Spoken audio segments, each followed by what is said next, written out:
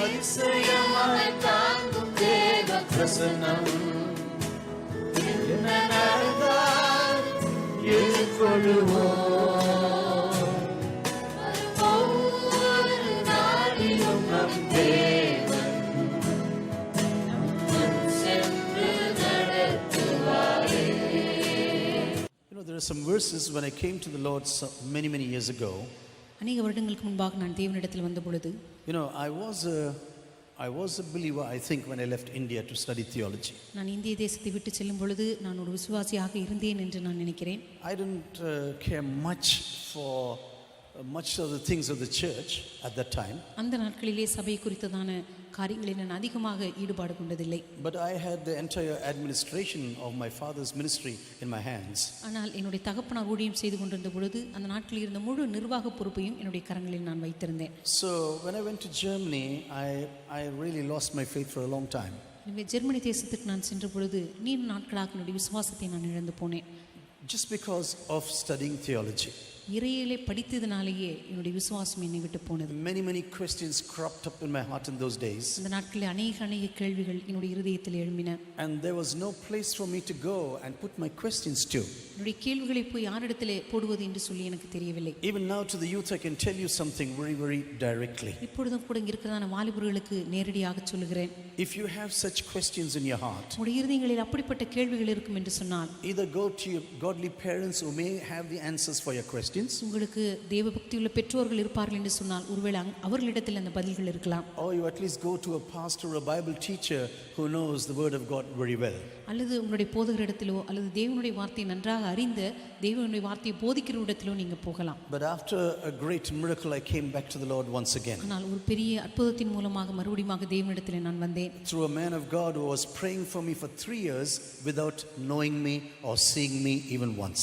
என்னை தனிப்பட்ட விதத்தில் ஒரு முறை கூட சந்திக்காத என்னை பார்க்காத ஒரு நபர் எனக்காக 3 வருடம் தொடர்ந்து ஜெபித்ததினால நான் தேவனிடத்தில் மறுபடியும் வந்து சேர்ந்தேன். And that really impressed me that he was praying for me for 3 years without ever meeting me.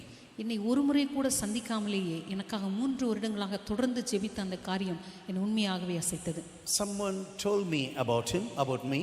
என்னை குறித்து யாரோ ஒருவர் அவரிடத்தில் சொல்லியிருக்கிறார்கள். My wife also spoke to him about my life. என்னுடைய வாழ்க்கையை குறித்து என்னுடைய மனைவியும் அவரிடத்தில் பேசியிருக்கிறார்கள். And so he started to pray for me personally. எனவே தனிப்பட்ட விதத்தில் எனக்காக அவர் ஜெபிக்க ஆரம்பித்தார். And this was the beginning of a new journey with the Lord in those days. இதுதான் அந்த நாட்களிலே கர்த்தருடைய சமூகத்திலே மறுபடியும் என்னுடைய பிரயாணத்தை புதிதாக துவக்குவதற்கு ஒரு காரணமாக அமைந்தது. And so once again I started to meditate on the word of God very much. மறுபடியும் தேவனுடைய வார்த்தையை நான் தொடர்ந்து ஆழமாக தியானிக்க ஆரம்பித்தேன். And some of the Bible verses really touched me very deeply. சில தேவனுடைய வார்த்தைகள் உண்மையாகவே என்னுடைய இதயத்தை மிக ஆழமாக தொட ஆரம்பித்தது. And one of the books that really touched me very deeply is the book of Isaiah. என்னை மிக அதிகமாக ஆழமாக தொட்ட ஒரு புத்தகம் ஏசாயாவின் புத்தகம். This is the book that brought a lot of confusion into my spiritual life. இந்த புத்தகம் தான் என்னுடைய ஆவிக்குரிய வாழ்க்கையில் அநேக குழப்பங்களை கொண்டு வந்த ஒரு புத்தகமாக இருந்தது. But after these confusions were cleared by godly teachers, Bible teachers. ஆனால் இந்த குழப்பங்கள் தேவனுக்கு பயந்த தேவனுடைய வார்த்தையை போதிக்கிற நபர்களால் அது தெளிவு செய்யப்பட்டது. I started to meditate on this word of God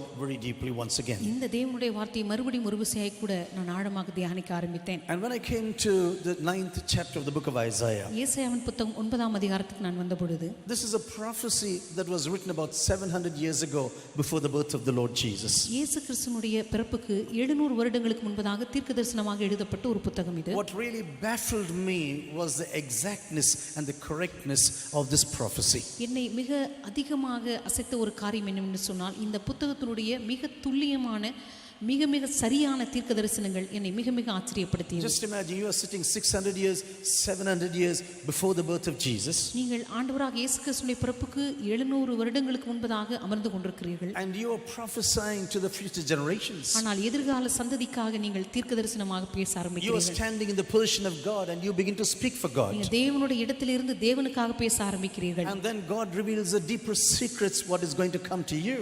அந்த நாட்களிலே வரப்போகிறதான காரியங்களை, அந்த ஆழமான ரகசியங்களை ஆண்டவர் உங்களுக்கு வெளிப்படுத்த ஆரம்பிக்கிறார். And when you read the first 6 verses of chapter 9, ஏசாயா 9ஆம் அதிகாரத்தின் முதல் 6 வசனங்களை நீங்கள் வாசிக்கும்போது it is clearly a prophecy about the Lord Jesus அது Christ. கர்த்தராகிய இயேசு கிறிஸ்துவை குறித்த ஒரு மிக தெளிவான தீர்க்கதரிசனமாய் காணப்படுகிறது. And one sentence that is really there really hit me very hard. அங்கே சொல்லப்பட்டிருக்கிற ஒரு வார்த்தை என்னை மிக அதிகமாக தொட்டது. Like in the days of Midian. மீதியானியரின் நாளில் நடந்தது போல. Because this is a strategy how the kingdom of God is going to function in the future. தேவனுடைய ராஜ்யம் எதிர்காலத்தில் எப்படி செயல்பட போகிறது என்கிறதான ஒரு வழிமுறை இங்கே சொல்லப்பட்டிருக்கிறது. You know, the peace that the kingdom shall see no end. We read this very often about the kingdom of Jesus. இயேசுவுடைய ராஜ்யத்தை குறித்து வாசிக்கும் பொழுது அவருடைய அரசாங்கத்தின் பெருக்கத்திற்கு முடிவில்லை என்று சொல்லப்பட்டிருக்கிறது. And just like the waters cover the sea, all the nations are going to be covered with the knowledge of the word of God. சமுத்திரம் எப்படி ஜலத்தினால் நிரம்பி இருக்கிறதோ அப்படியே கர்த்தரை அறிகிற அறிவினாலே இந்த எல்லா இடமும் நிரம்பி இருக்கும் என்று சொல்லப்பட்டிருக்கிறது. There is no ocean without any water.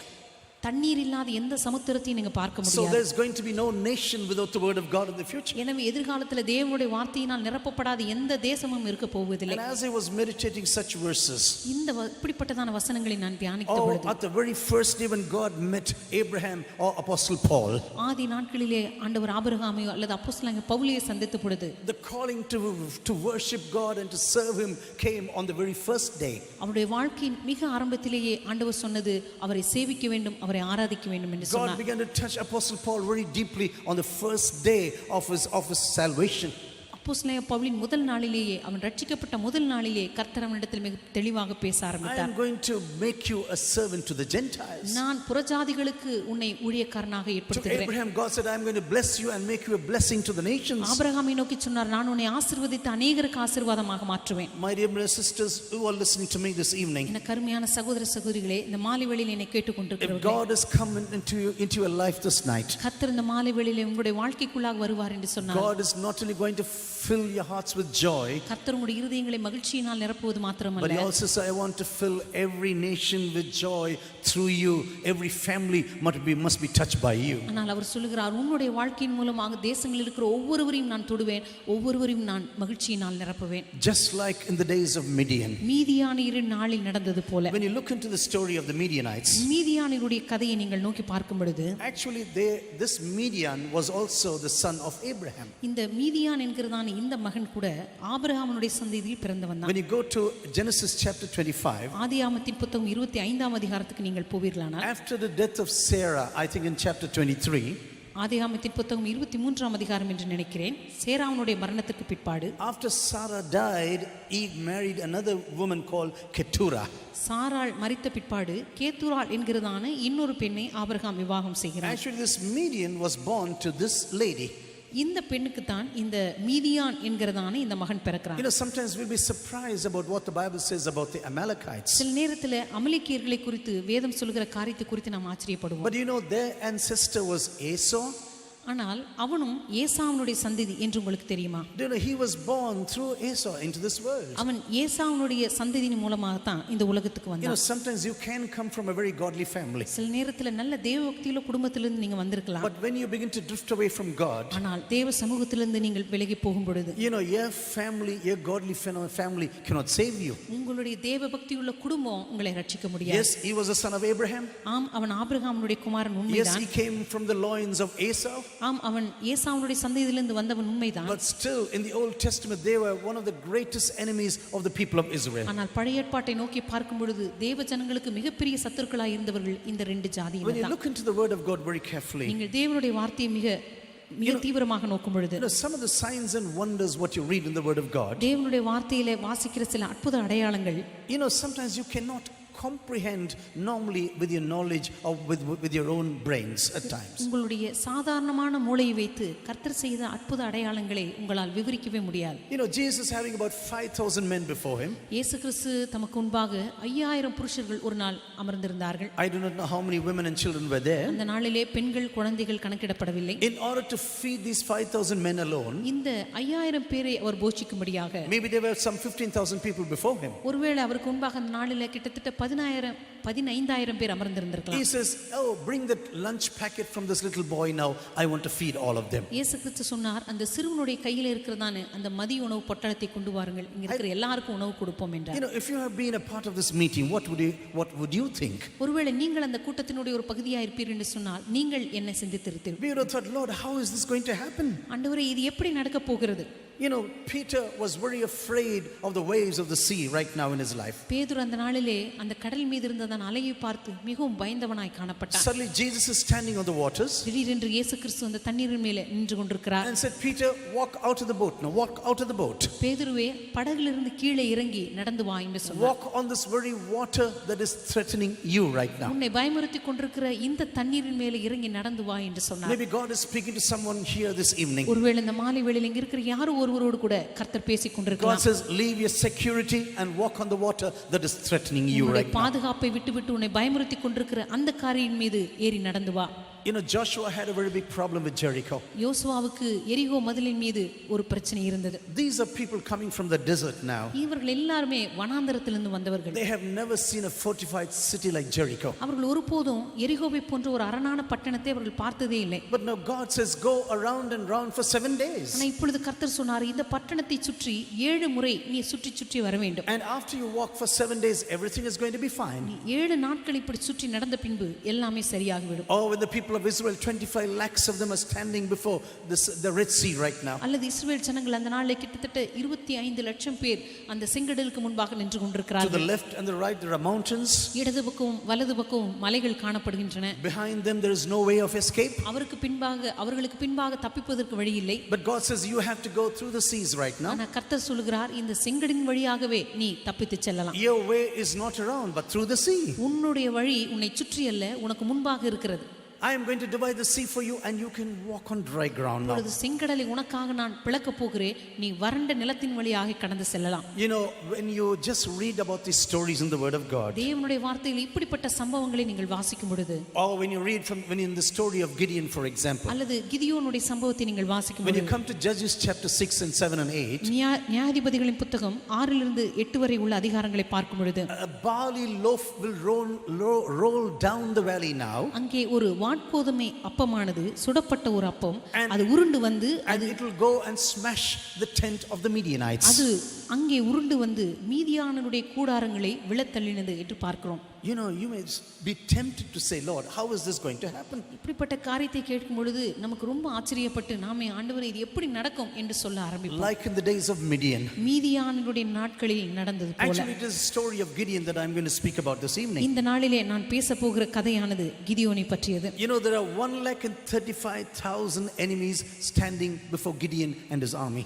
கிதியோனுக்கும் அவனுடைய சேனைகளுக்கு முன்பாக 135,000 பேர் சத்துருக்கள் அங்கே நின்று You கொண்டிருந்தார்கள். can read this in chapter 8 when you read further in the book of Judges. இதை நீங்கள் நியாயாதிபதிகளின் புத்தகம் 8ஆம் அதிகாரத்திலே வாசிக்கலாம். You know, 135,000 people. 135,000 பேர் அவர்களுக்கு முன்பாக நின்றார்கள். But God says, no, 300 people are enough. ஆனால் கர்த்தர் சொன்னார், இல்லை, உன்னுடைய சேனையிலே 300 பேர் போதும். You don't need 32,000. உனக்கு 32,000 பேர் தேவையில்லை. You don't even need 22,000. 22,000 பேர் கூட அவசியம் இல்லை. You just need 300,000. 300 பேர் இருந்தால் போதும். 300 people, that's all. 300 பேர் இருந்தால் போதும். When you listen to such stories, அப்படிப்பட்ட கதைகளை நாம் வாசிக்கும் பொழுது, sometimes it's very hard for us to comprehend. சில நேரத்தில் இப்படிப்பட்ட காரியங்களை நாம் புரிந்து கொள்வதே மிக ஆச்சரியமான காரியம். Many things when God speaks to you, கர்த்தர் உங்களிடத்திலே பேசுகிற அநேக காரியங்களை பார்க்கும் பொழுது, it is not so easy to trust all these things. இந்த காரியங்களை நான் நம்புவதே மிக கடினமாக இருக்கிறது. You know, when Elijah was building an altar for God, எலியா அந்த நாளிலே கர்த்தருக்கென்று ஒரு பலிபீடத்தை கட்டி எழுப்பின பொழுது, and he wanted to call down the fire of God now as a challenge. அவன் ஒரு சவாலாக வானத்திலிருந்து அக்கினியை வரவழைப்பேன் என்று சொன்னான். He is not only building the altar, அவன் ஒரு பலிபீடத்தை கட்டினது மாத்திரமல்ல, he is also putting the dead pieces of this animal upon the altar. அங்கே துண்டு செய்யப்பட்டதான அந்த பலிபீடங்களுடைய இறைச்சி துண்டுகளை வைக்கிறான். And he is pouring 12 pots of water on the wood, on the wood of the altar. அந்த பலிபீடத்தின் மேலே வைக்கப்பட்டதான விறகுகளின் மீது 12 குடம் தண்ணீரை அவன் ஊற்றுகிறான். Will you say this to anyone in your family? உடைய குடும்பத்தில் நீங்கள் யாராவது இப்படிப்பட்ட காரியங்களை நீங்கள் பேசுவீர்களா? Hey, if you want real fire now, உண்மையான அக்கினி உனக்கு தேவை என்று சொன்னால், just keep on pouring water on the wood. நீ எப்பொழுதுமே விறகு மேல தண்ணீர் ஊற்ற வேண்டும் என்று சொன்னால் we will think this fellow is really mad. நாம நினைப்போம் இதை பேசுகிற நபர் பைத்தியமா என்று நினைப்போம். But this is what Elijah did. ஆனா எலியா இதைத்தான் செய்தான். My dear brothers and sisters, when God says I'm going to be with you, கருமையான சகோதர சகோதரிகளே, கர்த்தர் உங்களோடு கூட இருப்பார் என்று சொன்னால், I am giving the Midianites into your hands today.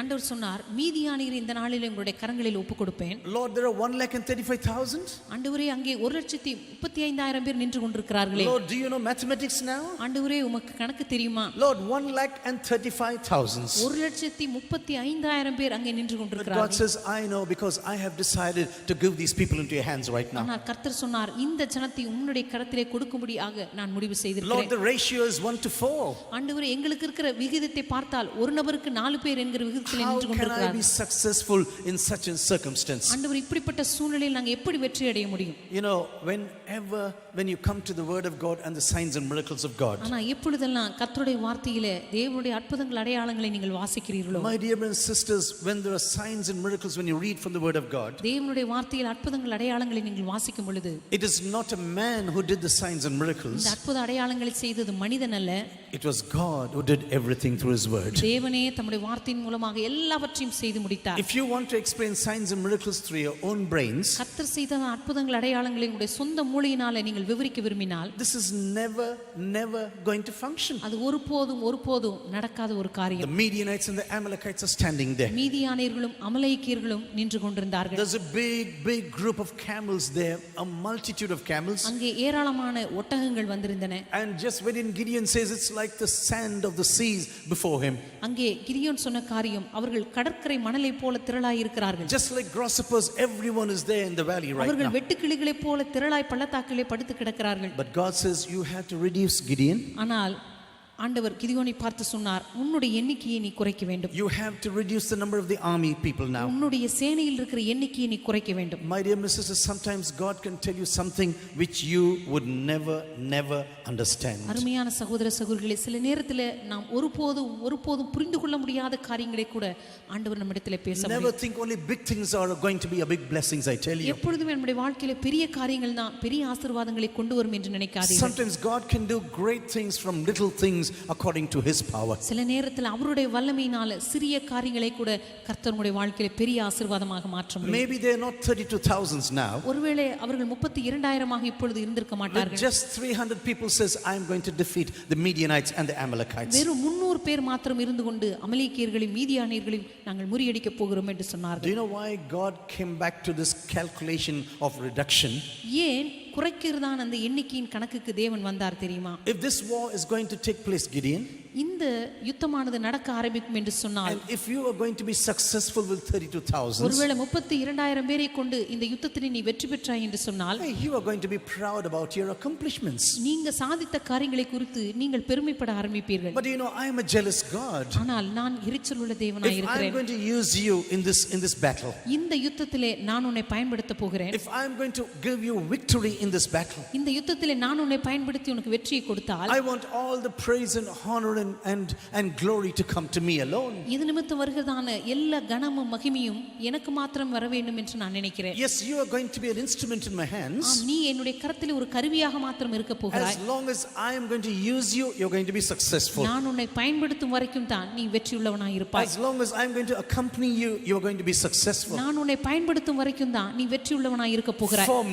For me this number is too great. என்னை பொறுத்த வரைக்கும் இந்த எப்பொழுது இருக்கிறதான எண்ணிக்கை மிக அதிகமாய் இருக்கிறது. This is what God is telling to Gideon. இதைத்தான் கிதியோனை பார்த்த ஆண்டவர் For சொன்னார். me this number is too great. எனக்கு இந்த எண்ணிக்கை மிகுதியாய் I இருக்கிறது. don't need these 32,000. இந்த 32,000 பேர் எனக்கு தேவையில்லை. I can get the job done with just 300 people. 300 பேரை கொண்டு என்னால் இந்த வேலையை செய்து முடிக்க முடியும். People who have been tested and to be found, who are found to be fit spiritually to serve in my kingdom. என்னுடைய ராஜ்யத்திலே பணி செய்யும்படியாக அவர்கள் சோதிக்கப்பட்டு தெரிந்தெடுக்கப்பட வேண்டும். My dear brothers and sisters who are listening to me, எனக்கு அருமையான சகோதர சகோதரிகளே, என்னை கேட்டுக்கொண்டிருக்கிறவர்களே, whenever God uses you powerfully in his kingdom, எப்பொழுதெல்லாம் தேவன் அவருடைய ராஜ்யத்தில் உங்களை வல்லமையாக பயன்படுத்துகிறாரோ, never think that you are the ones who are accomplishing everything. நீங்க தான் எல்லாவற்றையும் செய்து முடித்தீர்கள் என்று ஒருபோதும் நினைத்து விடாதீர்கள். Every glory and honor belongs to God alone. எல்லா கனமும் மகிமையும் ஆண்டவருக்கு மாத்திரமே உரியது. It's God who is using you in his hands. தேவன் தாமே தம்முடைய கரங்களில் உங்களை எடுத்து பயன்படுத்துகிறவராய் இருக்கிறார். Just like a music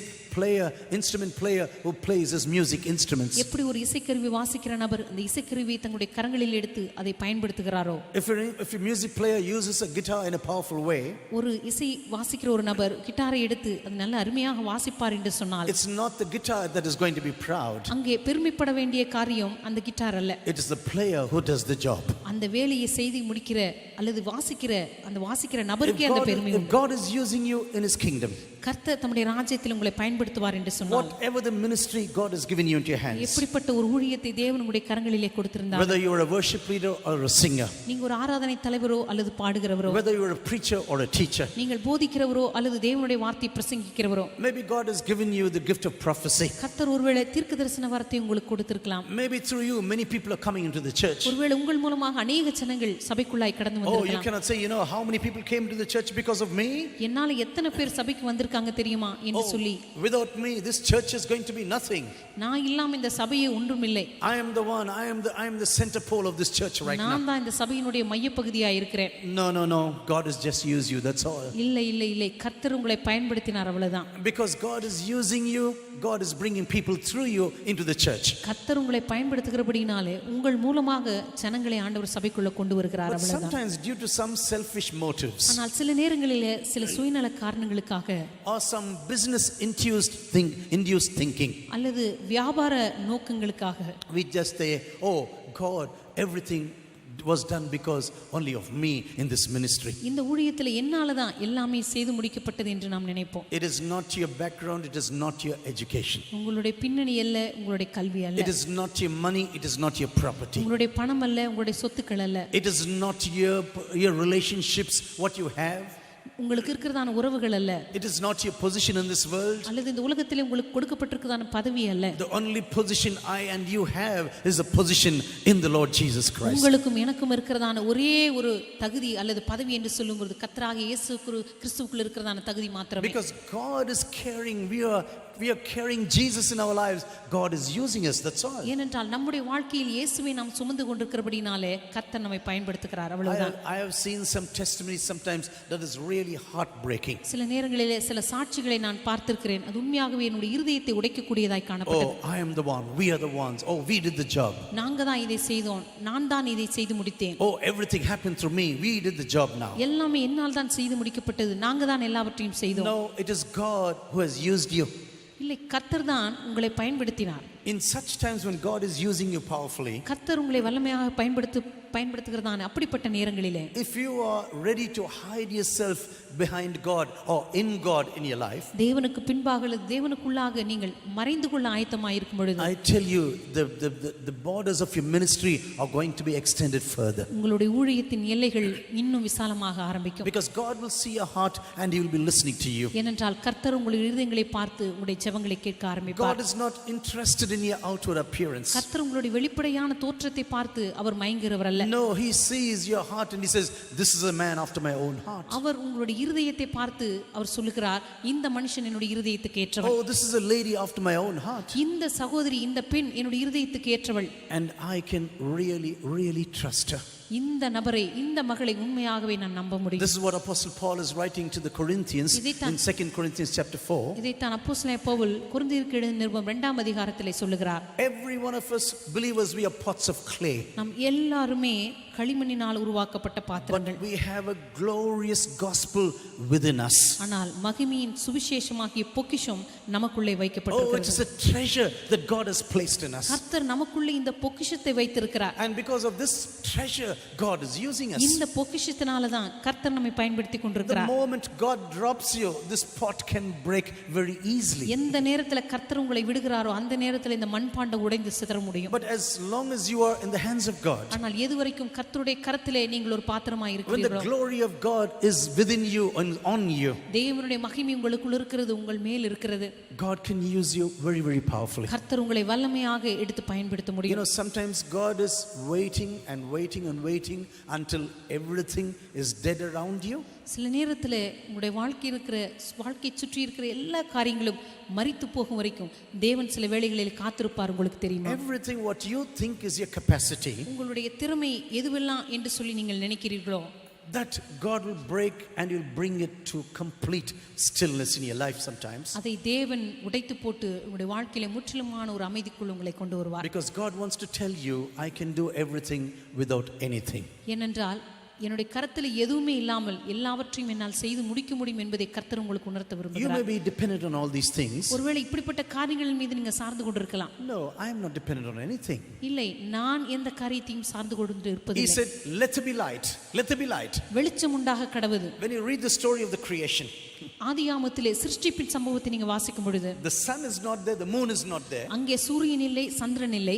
God says, let there be light. கர்த்தர் சொன்னார் வெளிச்சம் உண்டாக கடவுது. Without the sun and the moon, God can create light, I tell you. சந்திரனும் சூரியனும் இல்லாமலேயே கர்த்தரால வெளிச்சத்தை உண்டாக்க முடியும். You and I will be dependent on the sun and the moon. நீங்களும் நானும் ஒருவேளை சூரியனை சந்திரனை சார்ந்து கொண்டிருக்கலாம். But God can certainly say, let there be light, and everything is illuminating. ஆனா கர்த்தர் சொன்னார் வெளிச்சம் உண்டாக கடவுது என்று சொன்ன உடனே எல்லாம் வெளிச்சத்தினால் பிரகாசித்தது. After a few months after I left my job in the bank and insurance company, Germany தேசத்திலே என்னுடைய இன்சூரன்ஸ் கம்பெனி என்னுடைய பேங்க் வேலையை நான் விட்ட பொழுது, we went to a ministry in Albania at that time.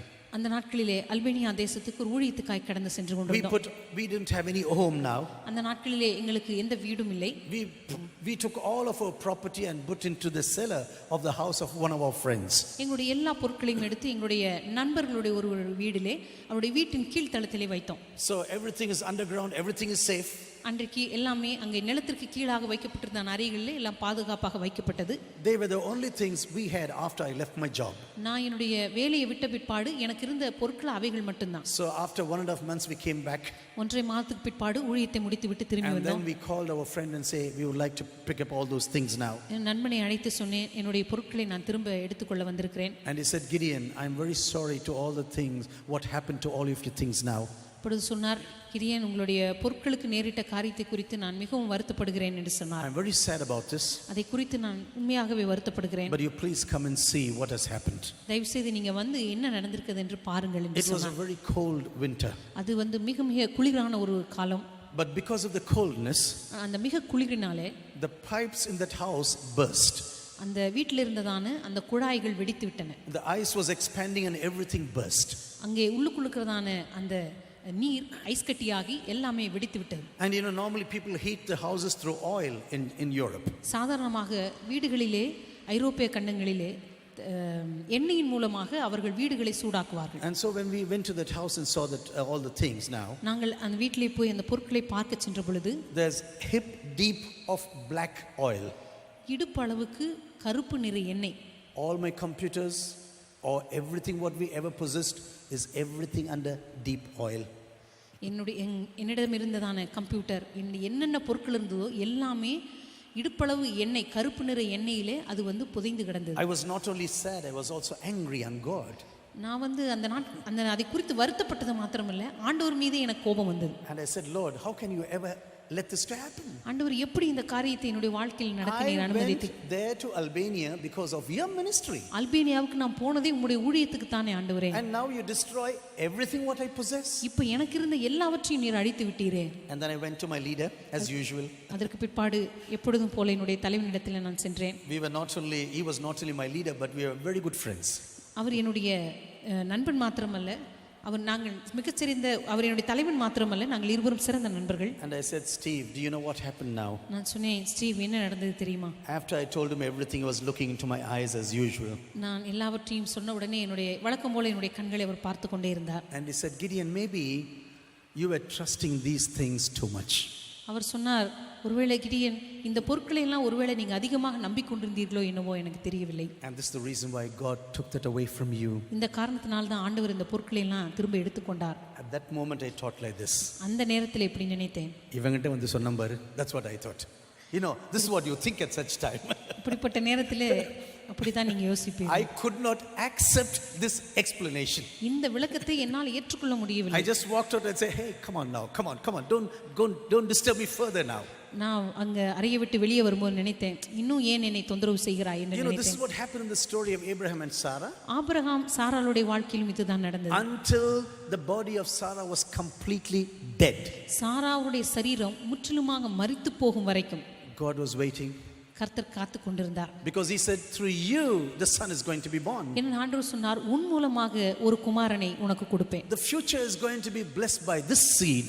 எதிர்காலத்திலே இந்த வித்தின் மூலமாக இந்த சந்ததி ஆசீர்வதிக்கப்பட போகிறது. And this is going to be a sign of a son of miracle. இவன் ஒரு அற்புதத்தினுடைய மகனாக அடையாளமாக இருப்பான். My dear brothers and sisters, everything what God does through us and in us.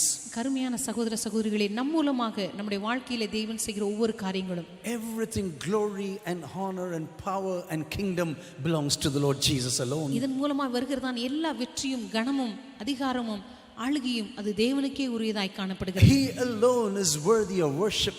அவர் மாத்திரமே எல்லா ஆராதனைக்கும் பாத்திரராய் இருக்கிறார். Yes, we respect people that are being used by God. சில வேளைகளில் தேவனால் பயன்படுத்தப்படுகிற ஜனங்களை கண்டு அவர்களுக்கு நாம் கனத்தை கொடுக்கிறோம். I respect people with the anointing of the Holy Spirit. பரிசுத்தாவினுடைய அபிஷேகத்தை பெற்ற ஜனங்களுக்கு உண்மையாகவே நானும் கனத்தை கொடுக்கிறேன். But all glory and honor belongs to Jesus alone. ஆனால் எல்லா கனமும் மகிமையும் தேவனுக்கு மாத்திரமே சொந்தமானது. And suddenly in the midst of this dark situation, இந்த இருளான சூழ்நிலையின் மத்தியிலே the angel of the Lord comes to meet Gideon. அந்த நாளிலே கிதியோனை சந்திக்கும்படியாக கர்த்தருடைய தூதன் இறங்கி வந்தார். You know, sometimes the situation may be hard and dark in your lives. ஒருவேளை நம்முடைய வாழ்க்கையில சுற்றிலும் இருக்கிறதான சூழ்நிலைகள் மிக கடினமானதாக இருளானதாய் காணப்படலாம். The situation in a country could be very dark.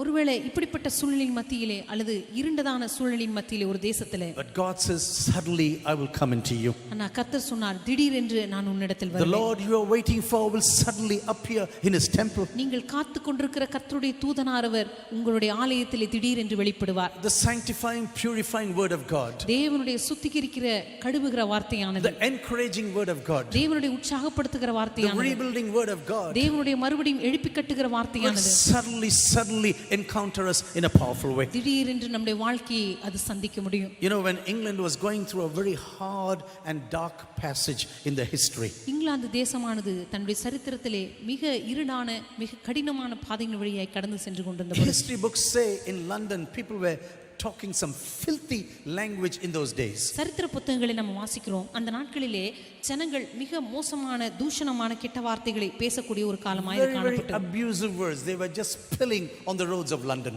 மிக மிக மோசமான வார்த்தைகளை, தூஷிக்கிற வார்த்தைகளை அவர்கள் லண்டன் தெருக்களிலே பேசிக் கொண்டிருந்தார்கள். Suddenly at that time God raised a man, John Wesley. அந்த நாட்களிலே ஜான் வெஸ்லி என்கிறதான ஒரு தேவ மனுஷனை கர்த்தர் எழுப்பினார். He came from a very rich background. அவன் மிக மிக ஒரு உயர்ந்த பின்னணியிலிருந்து வந்த ஒரு மனுஷன். He didn't want to come to ministry. அவர் உண்மையாகவே ஊழியத்துக்கு வர வேண்டும் என்று But நினைக்கவில்லை. suddenly in this dark time God raised this man right now. அவர் திடீரென்று இந்த மனிதனை அவர் எழுப்பினார்.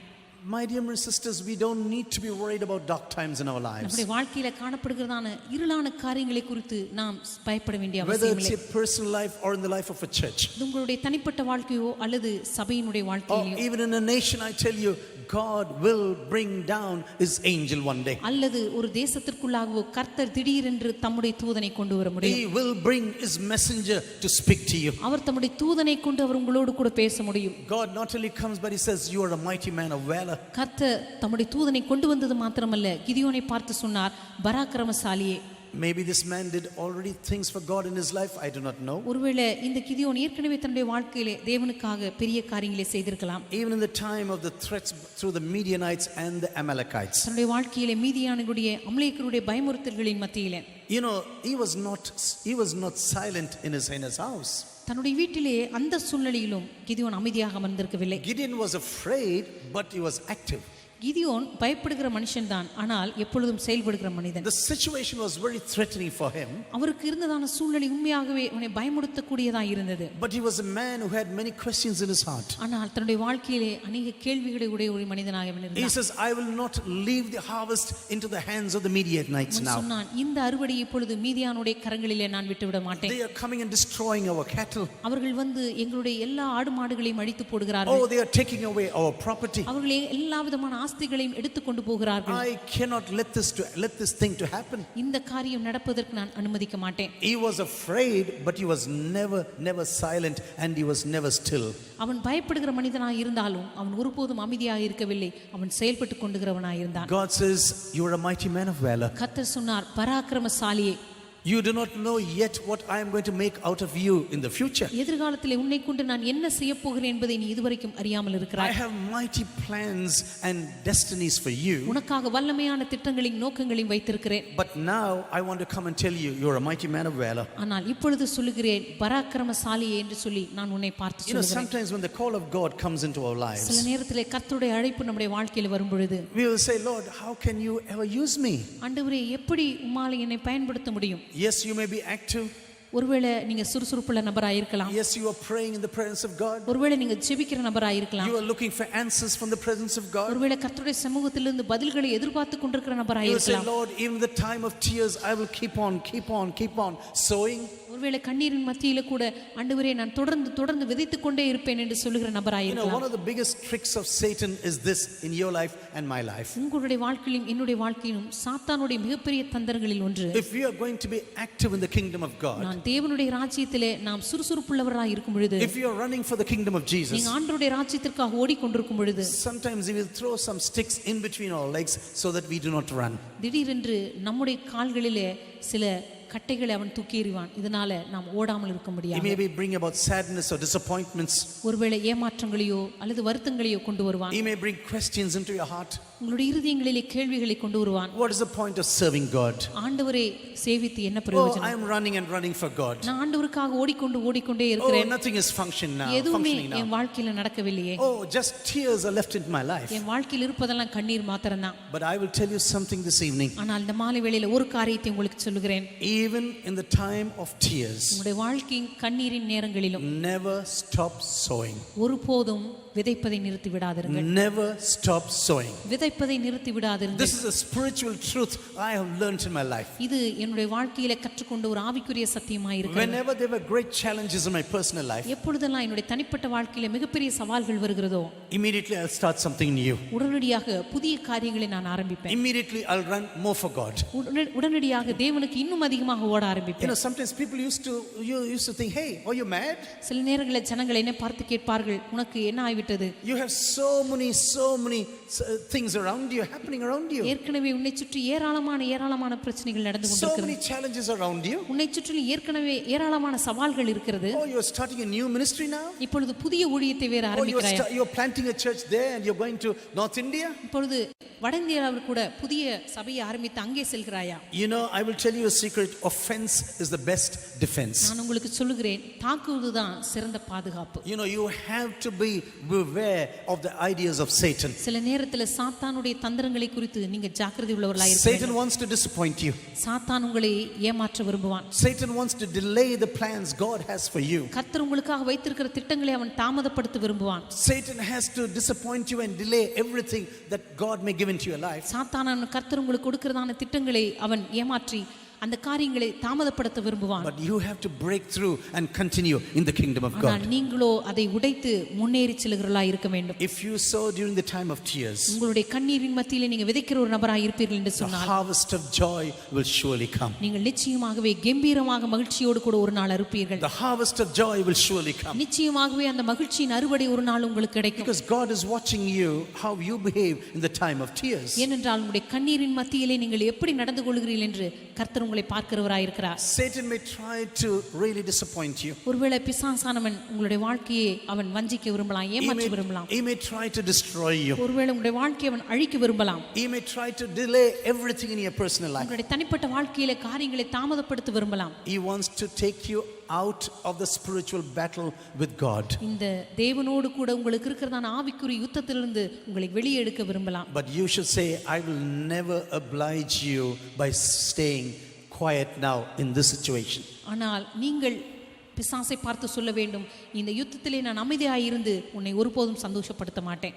Things are not happening right now. இப்பொழுது காரியங்கள் நடக்கவில்லை, உண்மைதான். But God is speaking to Gideon into the future. ஆனால் எதிர்காலத்தை குறித்து தேவன் கிதியோனோடு கூட பேச ஆரம்பித்தார். Because God is looking at things that are going to happen in the future. எதிர்காலத்தில் நடக்க போறதான காரியங்களை தேவன் ஏற்கனவே பார்த்து கொண்டிருந்தார். Yes, there is nothing before him. அவனுக்கு முன்பாக எந்த காரியமும் இல்லை. But God says, I am going to give you. ஆனா ஆண்டவர் சொன்னார், நான் உனக்கு கொடுக்க போகிறேன். I am going to use you powerfully. நான் உன்னை வல்லமையாக பயன்படுத்த போகிறேன். I like the story of Caleb very much in the Old Testament. படியேற்பாட்டிலே காலேபினுடைய சம்பவம் எனக்கு மிகவும் பிடிக்கும். If you go to Joshua chapter 14 verse 12, யோசுவாவின் புத்தகம் 14ஆம் அதிகாரம் 12ஆம் வசனத்துக்கு நீங்கள் செல்வீர்களானால், this man is 85 years of age. இப்பொழுது இந்த மனிதனுக்கு ஏற்கனவே 85 வயது. And he is praying to God like this. அவன் தேவனிடத்தில் இப்படி ஜெபிக்கிறான். Lord, give me this mountain.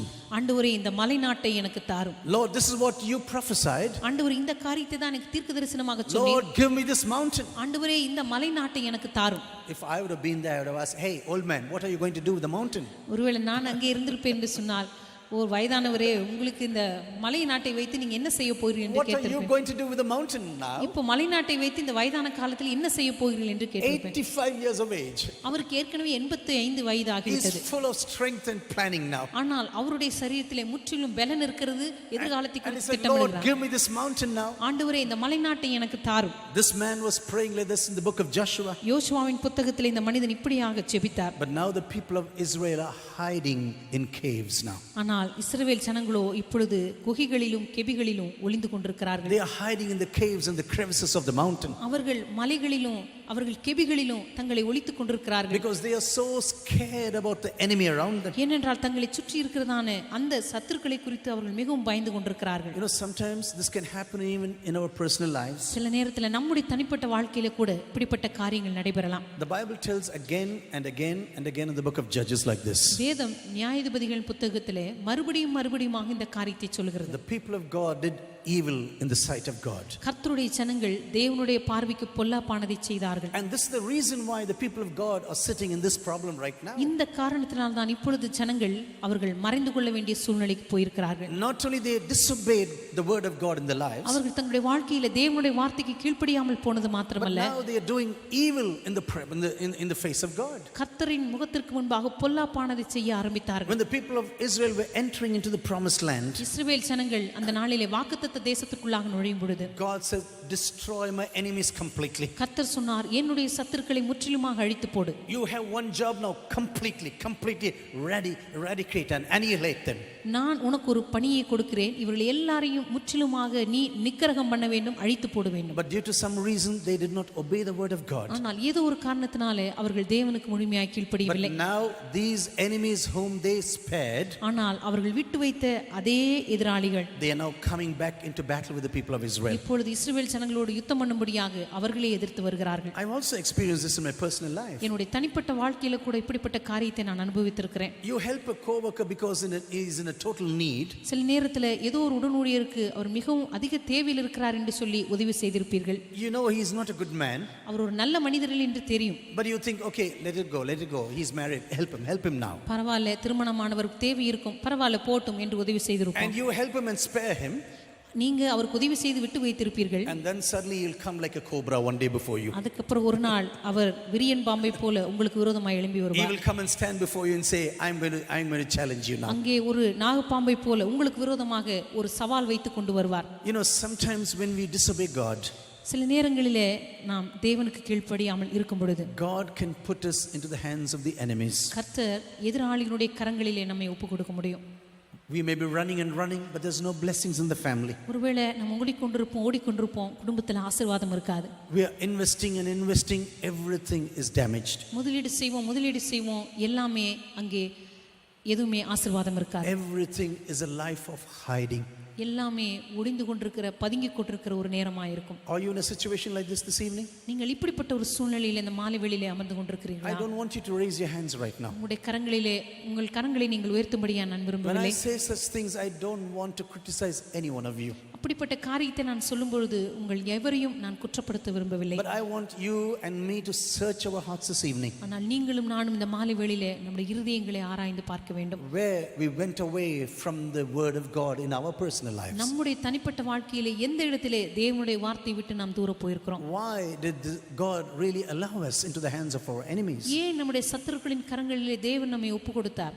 You know, when you begin to obey the word of God, நீங்கள் தேவனுடைய வார்த்தைக்கு கீழ்ப்படியும் பொழுது God says, I will really bless you. கர்த்தர் சொல்வார், நான் உண்மையாகவே உன்னை ஆசீர்வதிக்க போகிறேன். You know, this is what the word of God says. இதைத்தான் தேவனுடைய வார்த்தை சொல்லுகிறது. When you go to Deuteronomy chapter 7 verses 12 and 13. உபாகமத்தின் புத்தகம் 7ஆம் அதிகாரம் 12-13 வசனத்துக்கு நீங்கள் God போகும்போது is speaking about a comprehensive, complete blessing into the lives of the people. கர்த்தர் இந்த இஸ்ரவேல் ஜனங்களுடைய வாழ்க்கையிலே மிக விளக்கமான ஒரு முழுமையான பெரிய ஆசீர்வாதத்தை கூறுகிறார். From the family, the property, the belongings, everything is going to be blessed. அவருடைய குடும்பங்களுக்கு, அவருடைய சொத்துக்களுக்கு, அவருடைய கரங்களில் வைத்திருக்கிற எல்லாவற்றுக்கும் ஒரு ஆசீர்வாதத்தை அங்கே கூறுகிறார். All the agriculture, all the farming, everything is going to be blessed. உங்களுடைய விவசாய நிலங்கள், உங்களுடைய நிலத்தின் கனிகள், தானியங்கள், all your oil, all your cattle is going to be blessed. உங்களுடைய ஆட்டு மந்தைகள், உங்களுடைய எண்ணெய், திராட்சரசம்.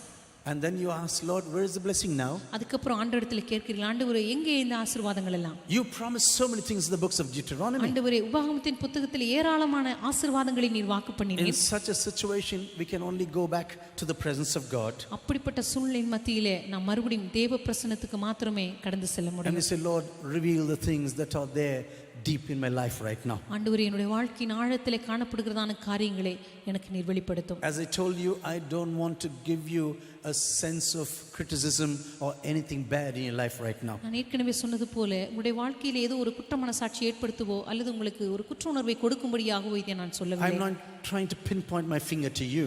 என்னுடைய விரல் நீட்டி உங்களுடைய வாழ்க்கையிலே பார்த்து சொல்ல நான் விரும்பவில்லை. But I want us to search our hearts this evening. ஆனால் இந்த மாலை வேளையிலே நம்முடைய இருதயங்களை நாம் ஆராய்ந்து பார்க்க வேண்டும். But suddenly in this situation, திடீரென்று இந்த சூழ்நிலையின் மத்தியிலே the word of the Lord came to the people of Israel. கர்த்தருடைய வார்த்தையானது இஸ்ரவேல் ஜனங்களுக்கு நேராக வந்தது. Even though the enemies around them, அவர்களை சுற்றிலும் சத்துருக்கள் இருந்தாலும் God began to do his activities once again. கர்த்தர் மறுபடியுமாக தன்னுடைய செயல்களை அவர் செய்ய துவங்கினார். You know, sometimes God will bring us to this place so that we really think about why we came to this situation. சில நேரங்களில் இப்படிப்பட்ட சூழ்நிலைக்கு கொண்டு வரும்பொழுதுதான் ஆண்டவர் ஏன் இதை என் வாழ்க்கையில் அனுமதித்தார் என்று நாம் சிந்திக்க ஆரம்பிப்போம். When God is teaching us a lesson, கர்த்தர் நமக்கு ஒரு பாடத்தை கற்றுக் கொடுக்கும் பொழுது we have to learn the lesson from the mistakes. நம்முடைய தவறுகளிலிருந்து அந்த பாடத்தை நாம் கற்றுக்கொள்ள வேண்டும். You know, once my son said like this in a leadership seminar. ஒரு முறை தலைமைத்துவ கருத்தரங்களிலே என்னுடைய மகன் இப்படி சொன்னார். You know, some of the words what he told, I have written down in leadership seminars. என்னுடைய மகன் தலைமைத்துவ கருத்தரங்களிலே சொன்ன சில வார்த்தைகளை நான் எழுதி வைத்திருக்கிறேன். He said, doing a mistake is not the biggest mistake.